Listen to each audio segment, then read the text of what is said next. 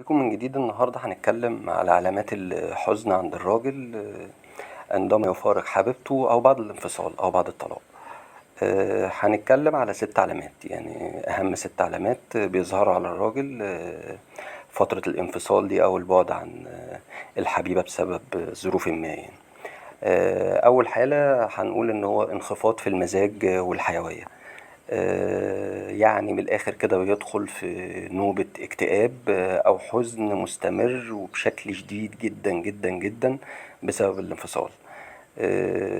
نمرة 2 هنقول الانعزال والانفصال الاجتماعي، البعد عن الأهل والأصدقاء، يعني طول الوقت هتلاقيه الناس اللي كان بيحبهم وكان بيقعد معاهم وكان قريب منهم هتلاقيه بيبعد عنهم، واللي هو حابب ينطوي وحابب يقعد لوحده زي أصدقائه المقربين، زي أهله طبعا، والدته والده أخته أخوه. يعني الناس دي كلها هيبتدي واحدة واحدة يبعد عنهم بسبب حالة الاكتئاب والحزن الشديد اللي هو بيعاني منها.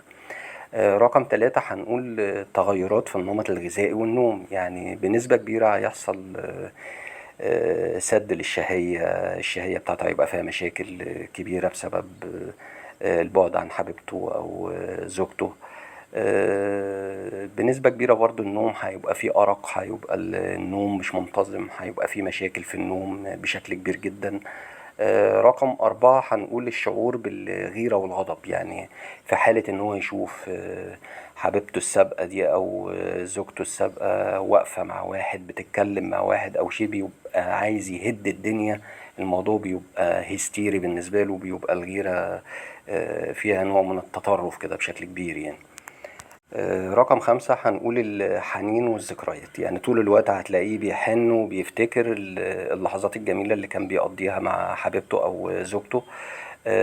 هيفتكر اللحظات دي وهيفتكر الأماكن دي كمان اللي هو كان بيمر عليها وهو موجود معاها بشكل كبير. فحالة الحنين والذكريات الجميلة دي هتسيطر عليه فترات طويلة، ودي هتزيد من أحزانه ومن أوجاعه يعني.